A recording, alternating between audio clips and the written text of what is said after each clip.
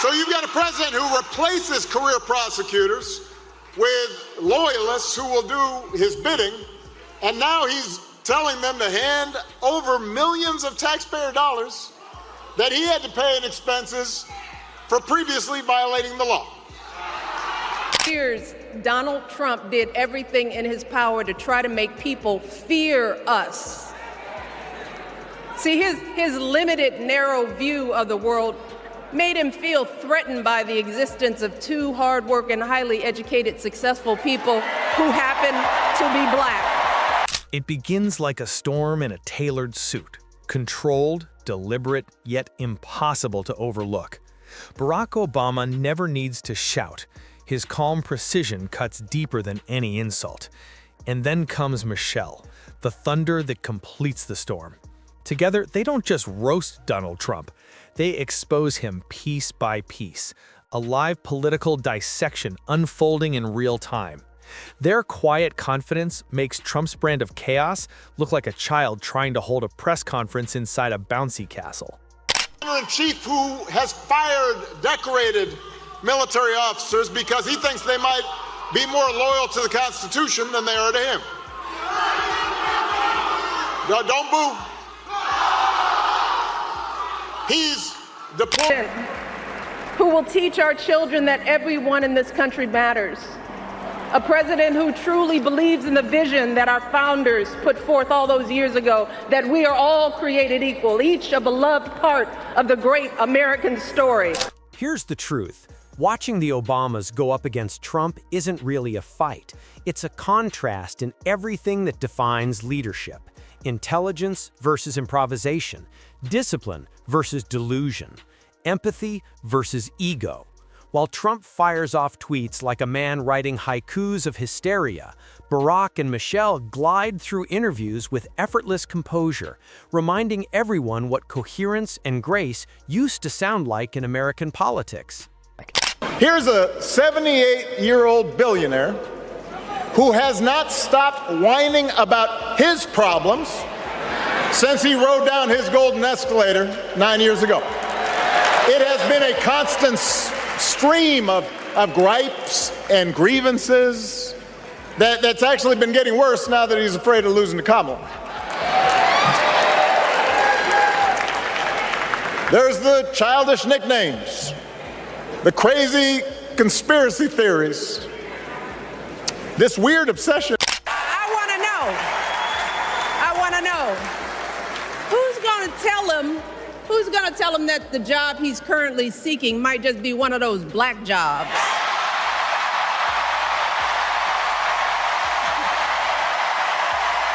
They never have to yell, brag, or insult.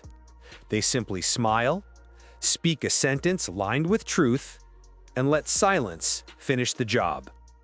That silence hits harder than any verbal jab because it carries the weight of competence, something Trump has tried to purchase in bulk but somehow can't keep in stock. The National Guard in American cities and claimed to be stopping crime waves that don't actually exist. We got masked ICE agents pulling in unmarked vans and grabbing people off the streets, including U.S. citizens. Don't boo, vote. Grabbing them on the suspicion that they don't look like real Americans. We've got Health and Human Services Secretary who opposes proven science and then peddles quack medicine. It's almost poetic watching Barack wield understatement like a weapon. He doesn't have to drag Trump down. His very presence makes Trump unravel. The moment Obama walks into a room, you can practically hear Trump's insecurities start rehearsing their greatest hits. I hope you'll forgive me if I'm a little frustrated that some of us are choosing to ignore Donald Trump's gross incompetence while asking Kamala to dazzle us at every turn. I hope that you'll forgive me if I'm a little angry that we are indifferent to his erratic behavior his obvious mental decline, his history as a convicted felon, a known slumlord. Trump spent years trying to tear down everything the Obamas built, only to prove why their work mattered in the first place. Every policy he reversed aged like milk left out in a heat wave, sour, sticky, impossible to clean up. Then there's Michelle, elegance with strength, composure with conviction. When she speaks about leadership, it doesn't sound rehearsed, it sounds lived. She embodies the authenticity Trump could never fake, not even with a teleprompter and a team of handlers feeding him adjectives. While he rebrands chaos as strategy, she redefines power as restraint. Each time she talks about empathy or service, it's a reminder that the presidency was once more than a reality show run from a golf cart. Barack doesn't attack directly. He lets the contrast do the work. When he discusses policy, it sounds like analysis. When Trump does, it's improv night at a casino. Obama crafts sentences with precision. Trump throws words like spaghetti at a wall, hoping something sticks. I heard someone compare Trump to the neighbor who keeps running his leaf blower outside your window every minute of every day. From a neighbor, that's exhausting. From a president, it's just dangerous. When Michelle joins the conversation, her calm turns his noise into background static. Together, they don't need volume to prove a point. They let Trump's own behavior deliver the punchline. It's like watching a debate between a symphony and a foghorn. Trump's dealings with the Obamas were never a rivalry. They were a failed audition. He keeps trying to prove he belongs in their league, yet every attempt reminds the world how far behind he really is. He treats the presidency like a family business that keeps defaulting on moral payments, while the Obamas live in a realm where words have weight and leadership doesn't need translation. Every time Barack speaks publicly, Trump's team braces for impact, because even a casual Obama remark can unravel weeks of damage control. It's not what he says, it's how effortlessly he says it. Barack sounds like a man who's actually read books. Trump sounds like one angry that books have words. One leads with logic, the other with volume. Someone once compared Trump to that neighbor who runs a leaf blower outside your window non-stop. Annoying if it's a neighbor, dangerous if it's a president. And Michelle is everything he can't comprehend. Real toughness that doesn't shout, power that doesn't posture. She turns patience into strength, composure into command. And Trump can't compete with that. Dignity doesn't need an audience, but insecurity always does. When the Obamas talk about democracy, it feels like stewardship. When Trump does, it sounds like a real estate pitch with hidden mold. Governance to him is self-promotion, every issue a mirror that only reflects his own image. Barack can mention climate change and make it feel both urgent and hopeful, while Trump treats complete sentences as a personal attack. Michelle doesn't need to insult him. Her very success challenges the foundation of his worldview. Each cheer she earns chips away at his mythology a little more. Liable for sexual abuse, all of this, while we pick apart Kamala's answers from interviews that he doesn't even have the courage to do, y'all. Please, do not hand our fates over to the likes of Trump, who knows nothing about us, who has shown deep contempt for us. Because a vote for him is a vote against us, against our health, against our work. Whenever Barack reminds people that real leadership requires empathy, Trump hears it as a threat to his brand. Empathy can't be trademarked, tweeted, or sold, so he doesn't recognize it. He's allergic to humility. That's why Barack's calm feels like kryptonite. Trump feeds on noise, but Obama commands silence, and silence is the one element he can't control. Michelle's very presence disrupts him. While she advocates for education, equity, and respect, he's busy promoting conspiracy theories like they're on clearance. She stands for decency. He stands for deflection. The contrast is so cinematic it practically directs itself. Barack delivers reason like a sermon. Trump delivers outrage like a tantrum. And every time the Obamas speak, America remembers what leadership used to look like. A version that didn't need a PR team standing by with a fire extinguisher. Trump's obsession with them isn't just political, it's psychological. He measures himself against their legacy and always comes up short. Every rally, rant, and policy stunt is another mirror he tries to break because it keeps reflecting what he'll never be. Barack built coalitions. Trump built cults. Michelle built empowerment. Trump built outrage. Barack inspired hope. Trump monetized fear. And whenever the Obamas appear, they remind everyone that governance can still be about purpose, not performance. And as for the president, he has been focused on critical issues like paving over the Rose Garden so folks don't get mud on their shoes, and gold plating the Oval Office and building a $300 million ballroom. So Virginia, here's the good news. If you can't visit a doctor, don't worry. He will save you a dance. Obama's speeches have rhythm. Trump's have reverb. Barack uses language to connect. Trump uses it to confuse. Barack's pauses invite thought. Trump's pauses invite worry. The contrast could be a college lecture. Exhibit A, coherence. Exhibit B, caffeine-fueled chaos. Trump's greatest weakness is his inability to exist beside comparison. The Obamas don't need to insult him. Their competence does that naturally. Each charitable project Michelle launches reminds people what First Lady used to mean. Every policy Barack explains reminds people that intelligence was once a requirement for leadership, not an accessory. They don't destroy Trump, they highlight the distance between ambition and ability, and he handles the rest. Watching them feels like seeing the director's cut of American decency after years of bloopers. Trump's America runs on grievance and adrenaline. Theirs thrived on ideals and intellect.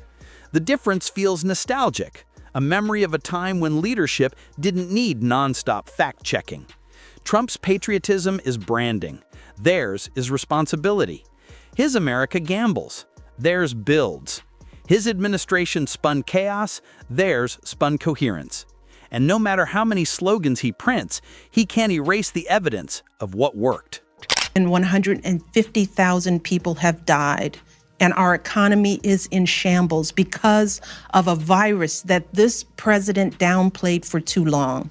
As George Floyd, Breonna Taylor, and a never-ending list of innocent people of color continue to be murdered, stating the simple fact that a Black Life Matters is still met with derision from the nation's highest office.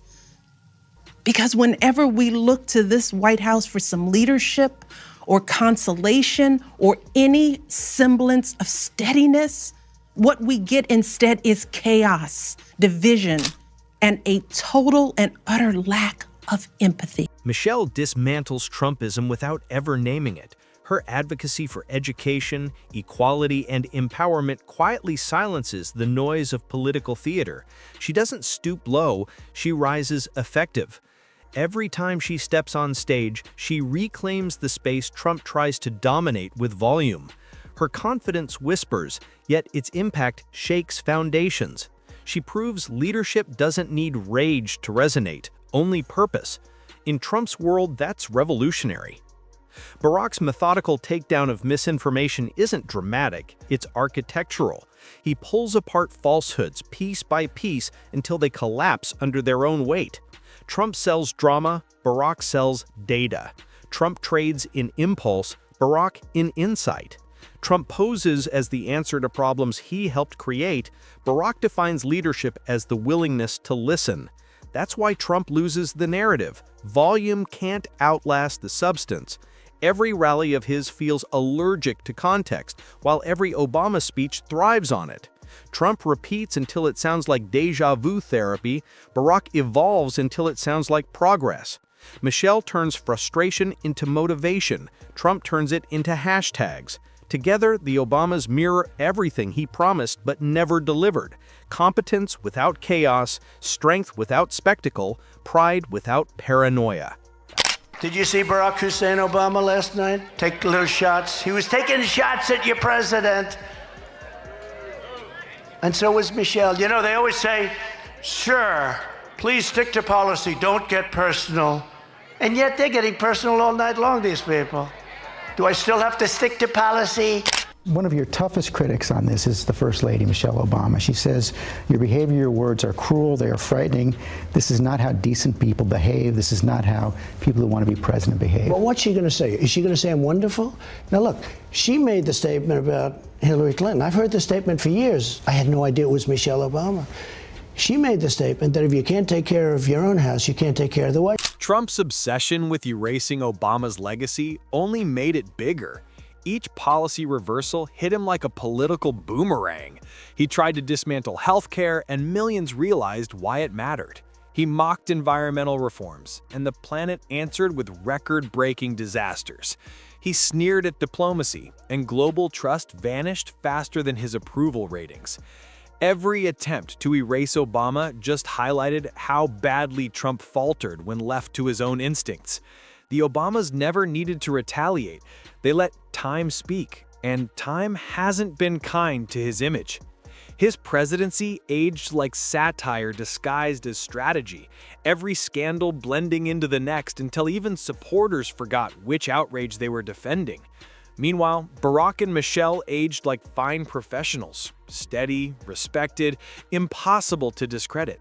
Michelle's post-White House influence turned her into something Trump's team could never imitate: likability with Because purpose. when making life or death, war or peace decisions, a president just can't pop off or lash out irrationally.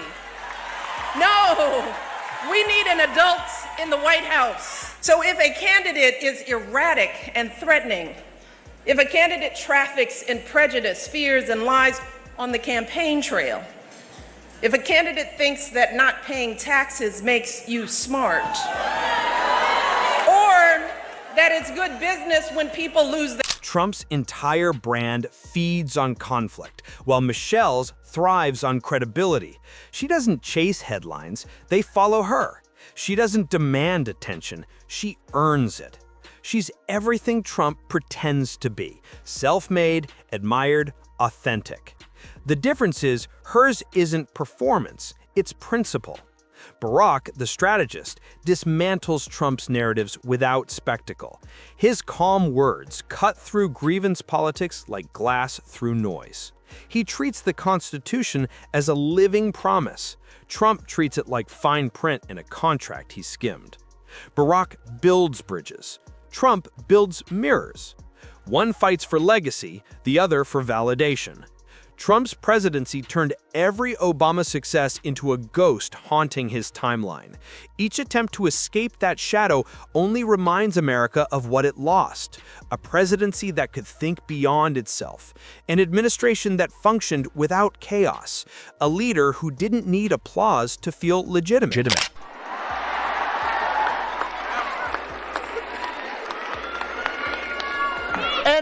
And here's the thing. It's not as if we didn't see some of this coming.